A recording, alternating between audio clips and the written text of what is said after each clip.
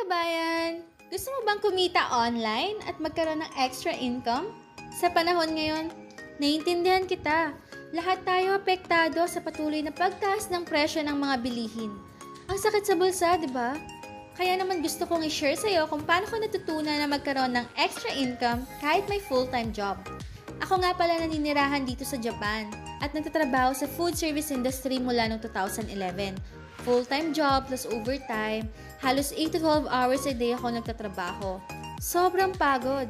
Pero, mas gumana ang buhay ko nung nag-start ako ng online business na gusto kong i-share sa'yo.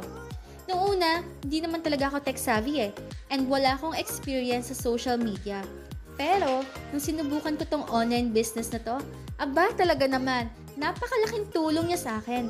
Yung training program na to, ginagamit to ng more than 216,000 na tao. Imagine mo yon? Ang maganda dito, hindi mo kailangan maging techie para magtagumpay. Gagawin mo lang to kung kailan ka lang free. Ang convenient, di ba?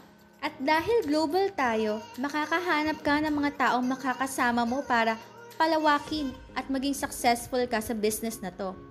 Wala ka nga rin palang aalahanin tungkol sa mga products or inventory. Kami na bahala doon.